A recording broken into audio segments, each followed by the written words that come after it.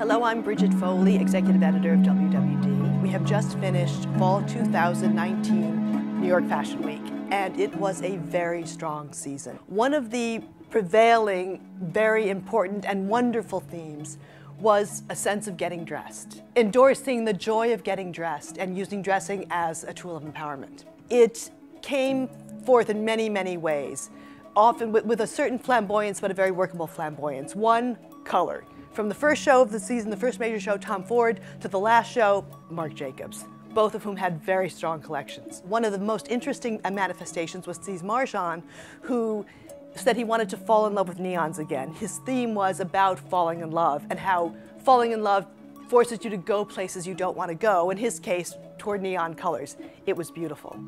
There was an idea of flourish within the context of control. One such element, shine, in expected ways, for obvious evening, but also in that interplay of day for night, night for day.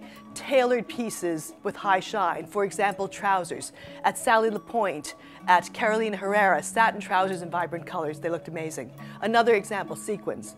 Ralph Lauren's twin sets. And then an amazing incarnation by Vera Wang. A big teddy bear of a coat lined in big giant silver paillettes. We saw volume everywhere.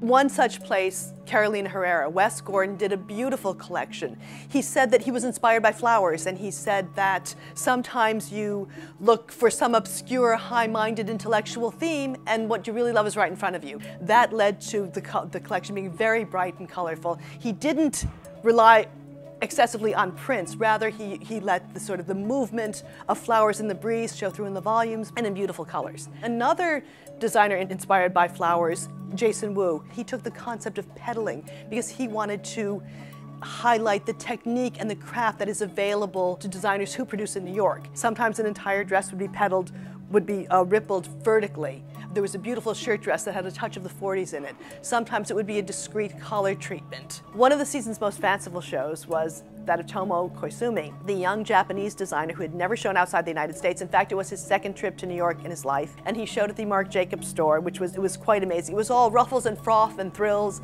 and all colorful, and just a joyful, joyful show with a little touch of the Statue of Liberty. We saw flourishes of cut that were very, very interesting. The deconstructed and reconstructed looks of Monse, for example.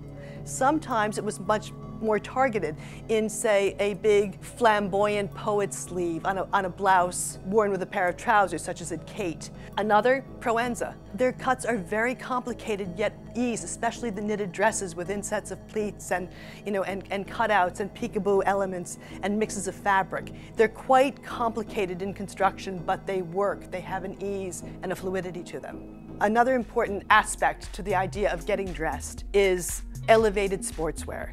We have seen Mary-Kate and Ashley Olsen at the Row really perfected. Their work is exquisite. And they had a beautiful new twist, a linear silhouette with a slightly draped waist. They used it for coats and jackets. It was beautiful.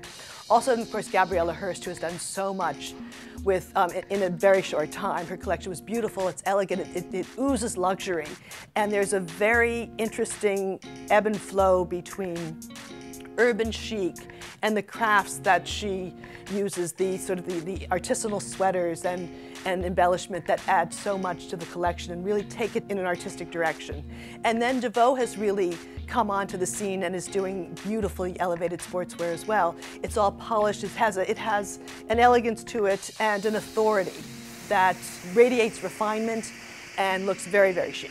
One thing that was so wonderful about this season, if one believes that clothes can project positivity or negativity, and I do, it felt very positive. There was an optimism to many of the clothes. This was a much-needed, very strong season in New York, as designers reaffirmed their belief in fashion and in dressing up and in the joy of fashion.